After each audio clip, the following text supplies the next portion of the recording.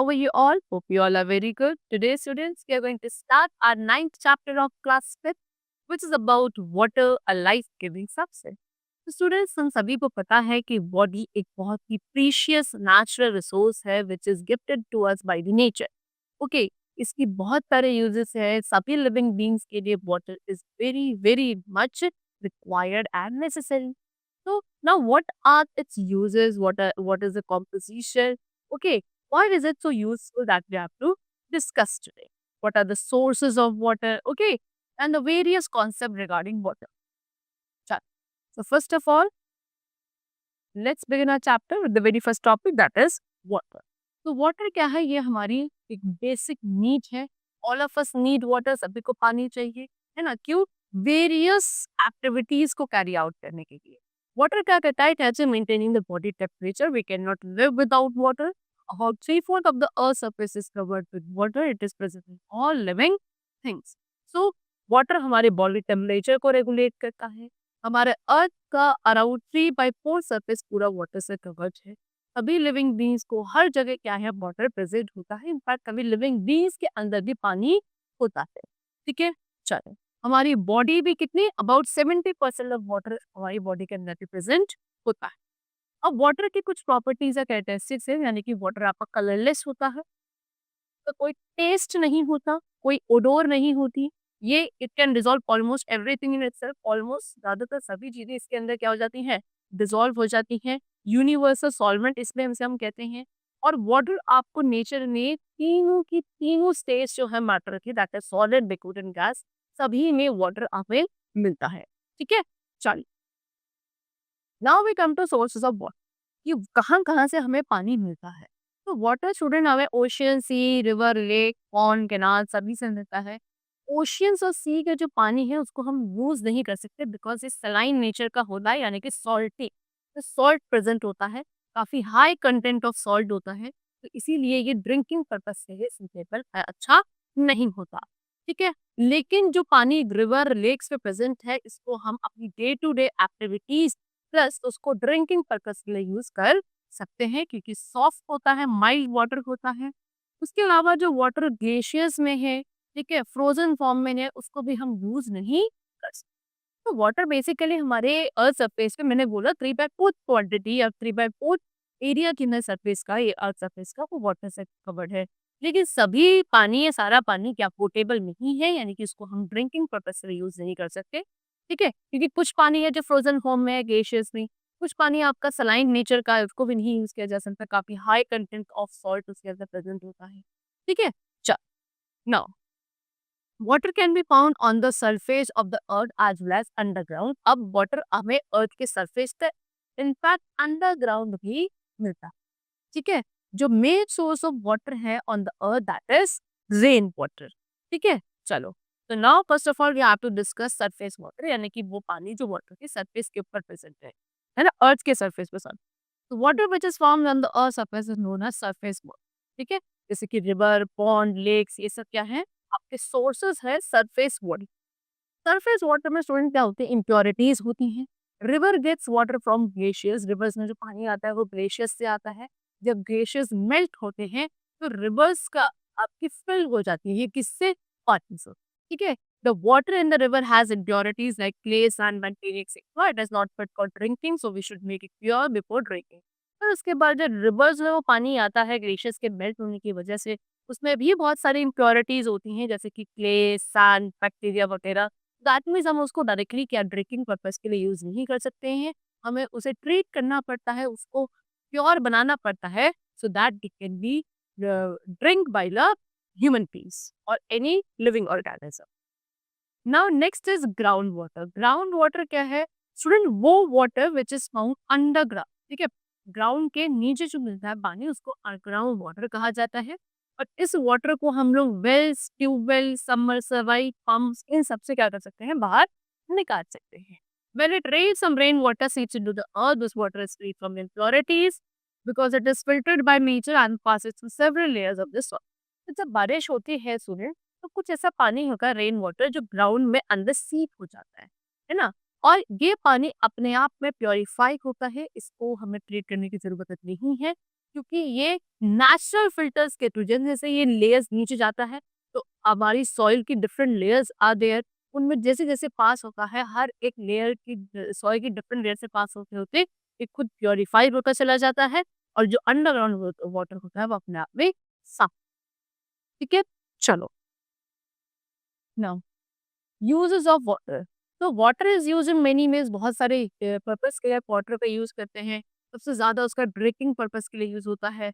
उसके साथ साथ bathing, cooking food, flushing toilets, in agriculture, producing electricity भी प्रोड्यूस करी जाती है। क्लोथ्स यूटेंसिल्स को वॉश करने के लिए, फ्लोर्स को क्लीन करने के लिए, प्लांट्स को वाटरिंग देते हैं। फैक्ट्रीज और इंडस्ट्रीज में प्लस रिक्रिएशन, ये सभी क्या है, डिफरेंट यूजेस है वाटर के अदर देन ड्रिंकिंग पर्पस, ठीक है? चलो, now next we are having portable water. So what do we mean by portable water? Water which is fit for drinking is known as portable. वो पानी जो drinking purpose के लिए, पीने के लिए फिट है, अच्छा है, उसको पोर्टेबल वाटर कहा जाता है। सिर्फ 0.01 फ्रेश वाटर है जो कि अवेलेबल है। पोर्टेबल वाटर कैसा होता है? कलरलेस होता है, ओडोरलेस होता है और फ्री होता है फ्रॉम इम्प्योरिटीज, यानी कि इसमें किसी भी तरीके की इम्प्योरिटीज नहीं होंगी, chemicals, germs, bacteria, harmful salt कुछ भी नहीं होगा जो कि पोर्टेबल वाटर होगा, है ना? It should contain small amount of mineral, थोड़ा छोटे छोटे अमाउंट में इसके अंदर मिनरल्स होने चाहिए, जैसे कि कैल्शियम, मैग्नीशियम एंड सॉल्ट का सोप, वो पानी आपका पोर्टेबल माना जाएगा। नाउ स्टेट्स ऑफ वाटर, ठीक है? सो मैंने स्टार्टिंग में बताया था कि वाटर एक अकेला ऐसा लिक्विड है जो कि 3 स्टेट में प्रेजेंट है। आइस क्या है? आइस सॉलिड स्टेट होती है वाटर की, और वाटर वेपर गैसियस स्टेट, और खुद वाटर क्या है? लिक्विड स्टेट है अपनी, ठीक है? चलो, now water can also change it's state. अब हम पानी की जो ये स्टेट्स हैं इनको चेंज भी कर सकते हैं, जैसे कि water into ice on freezing. Water क्या है? लिक्विड स्टेट है, आइस कोल्ड स्टेट है, तो फ्रीजिंग से क्या हो जाता है? वाटर आइस स्टेट में आ जाता है। फिर वाटर वाटर वेपर स्टेट में आ जाता है हीटिंग में। फिर आइस दोबारा से वाटर स्टेट में आ सकती है ऑन मेल्टिंग, ठीक है? फिर वाटर वेपर क्या होता है? दोबारा से वाटर ड्रॉपलेट्स में चेंज हो जाता है by the process of condensation. See, this is solid state of water, which is ice. This is liquid state, which is water, and this is gaseous state, which is water vapor. ठीक है? चलो. Now next we come to the topic water cycle. So water cycle is the circulation of water from the earth surface to the atmosphere and back to the earth. तो water cycle क्या है?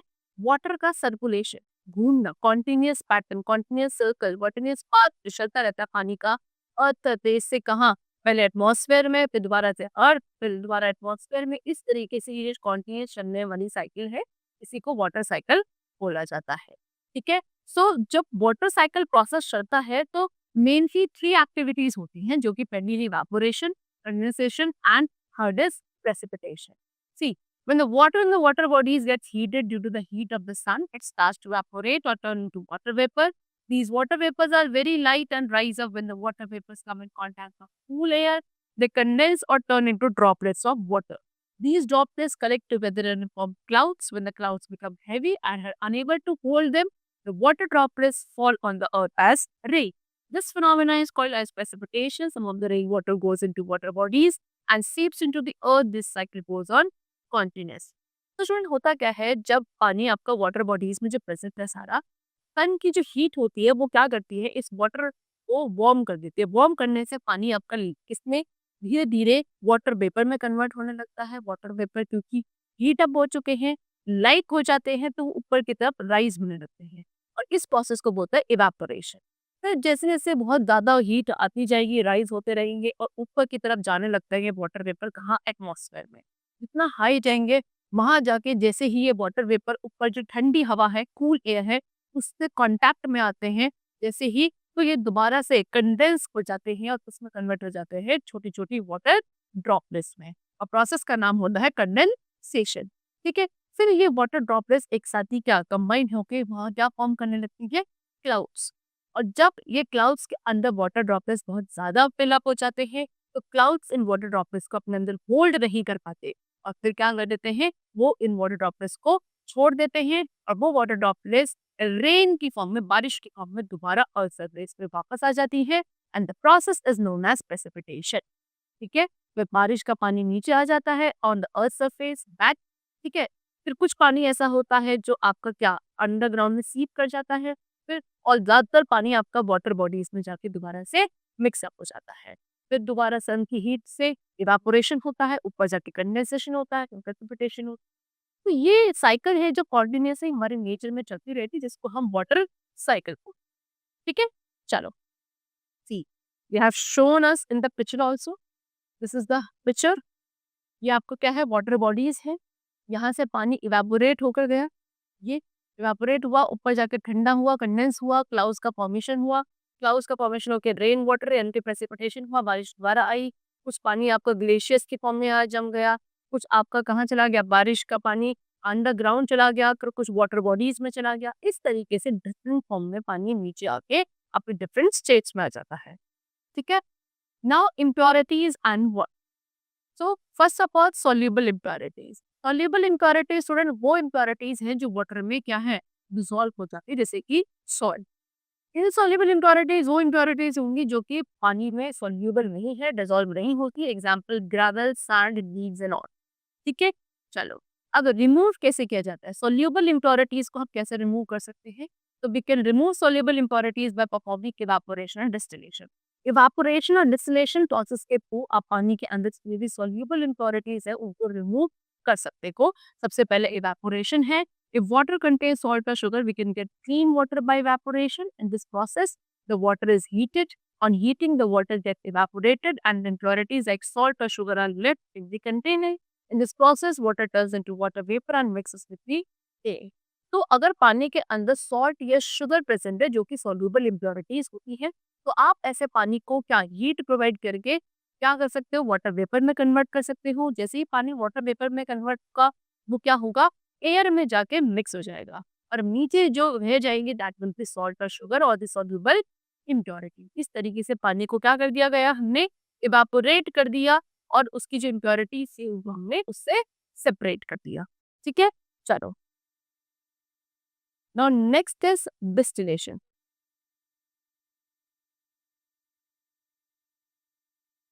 In this process, the distillation apparatus is used. Take some water in the round water flask and fill it. On heating, the water gets evaporated and turns into water vapor. The water vapor enters into the condenser where it gets cooled and converts into droplets. These droplets stored in another flask. This obtained water is pure and clear. अब इस process में क्या होता है, distillation apparatus use किया जाता है। यानी कि हम इस तरीके से एक राउंड बॉटल फ्लास्क के अंदर कुछ पानी लेते हैं, है ना, उसको अच्छे से फिल कर देते हैं, फिर हीट प्रोवाइड करते हैं। हीट प्रोवाइड करके जो वाटर है वो इवापोरेट कर किसी वाटर वेपर में कन्वर्ट हो जाता है। फिर इन वाटर वेपर को हम एक कंडेंसर के अंदर कलेक्ट कर लेते हैं। जैसे ही वो कंडेंसर के अंदर कलेक्ट होगा तो यानी कि सारा वाटर वेपर किसमें कन्वर्ट हो जाएगा, दोबारा से कूल होकर वाटर ड्रॉपलेट्स में आ जाएगा। यानी कि जो कंडेंसर में आपने पानी कलेक्ट किया वो सारा अब प्योर है, क्लीन वाटर है, क्योंकि इवापोरेशन के जरिए उसमें से सॉल्युबल इम्प्योरिटीज रिमूव हो चुकी हैं। और फिर हमने उस वाटर वेपर को दोबारा से कूल करके कंडेंस करके वाटर ड्रॉपलेट्स निकाल लिया और वो वाटर ड्रॉपलेट्स यानी कि वाटर फिर अपने आप में क्या है, प्योर वाटर है। ठीक है? चलिए, now we are going to talk about removal of insoluble impurities. अब हम इनसॉल्युबल इम्प्योरिटीज को कैसे रिमूव कर सकते हैं पानी से। तो फिल्ट्रेशन, सेडिमेंटेशन और डिकल्टेशन ये प्रोसेस है जिससे आप वाटर को फ्री कर सकते हो from the insoluble impurities.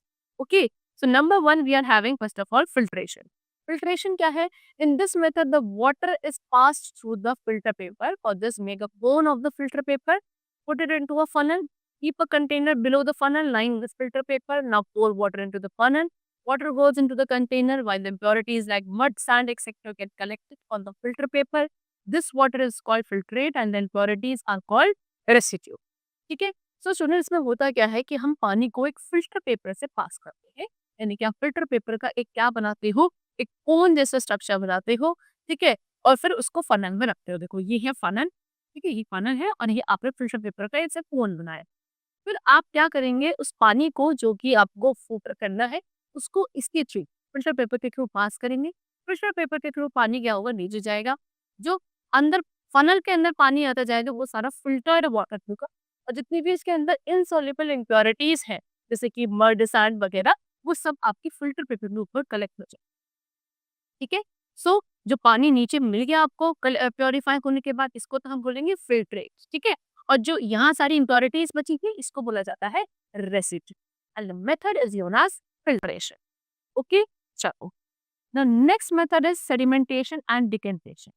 So, in this method, water is left undisturbed for some time.